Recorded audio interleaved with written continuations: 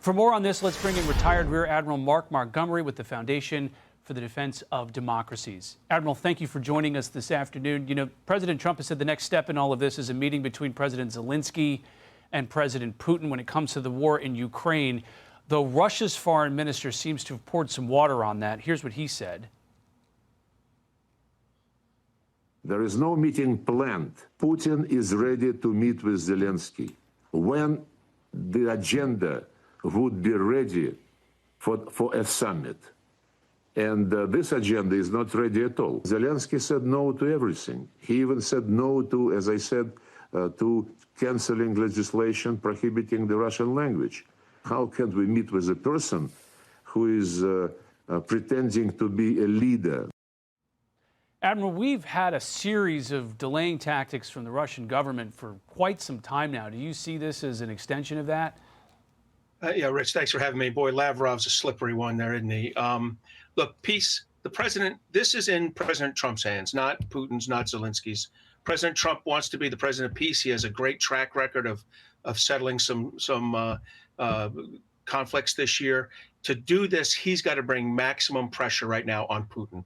Putin is actually the one who has unacceptable standards. You know, his maximalist positions about land transfers, about the lack of a secure Ukraine after a ceasefire, the no armaments for Ukraine. All these kind of things have to be put away before you can have a legitimate discussion. And the only person that can pressure Putin is President Trump.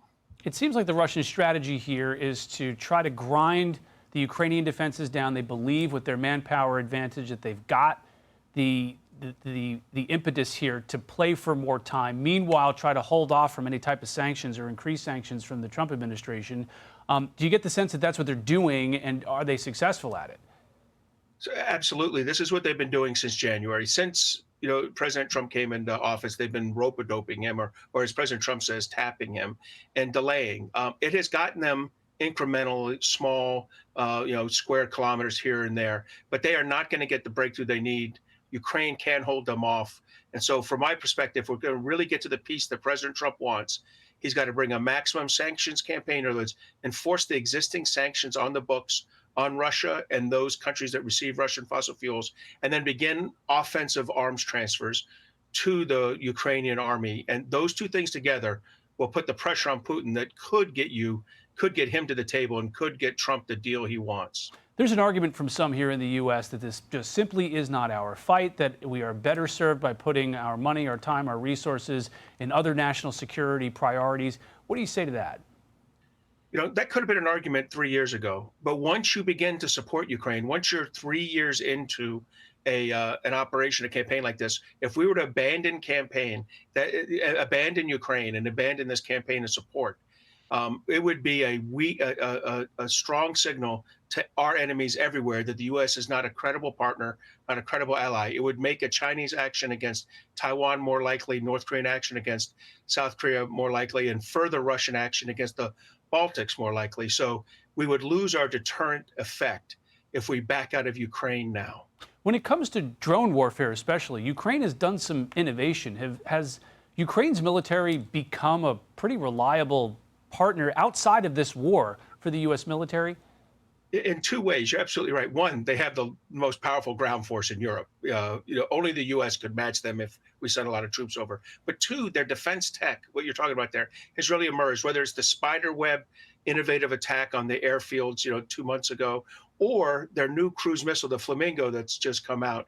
I mean, they are really moving forward on defense tech at a pace that U.S. defense industrial base would be impressed by. Israel, turning now to the Middle East, is moving in on Gaza City. There's a declaration of famine in parts of Gaza.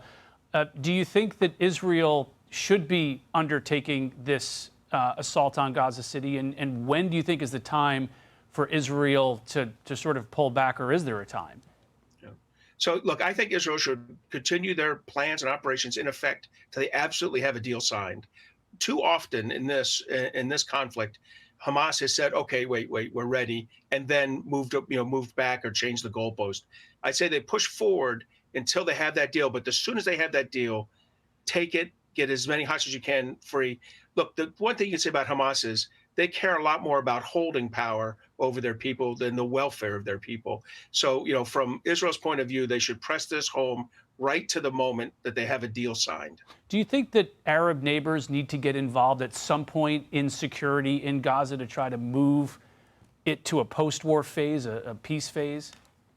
Exactly. Not just neighbors, but the whole Arab diaspora. In other words, the Saudi Arabia, UAE, Qatar should be providing the money for the recovery of Hamas and the proper treatment of refugees and internally displaced people. And then Egypt and Jordan need to be better partners.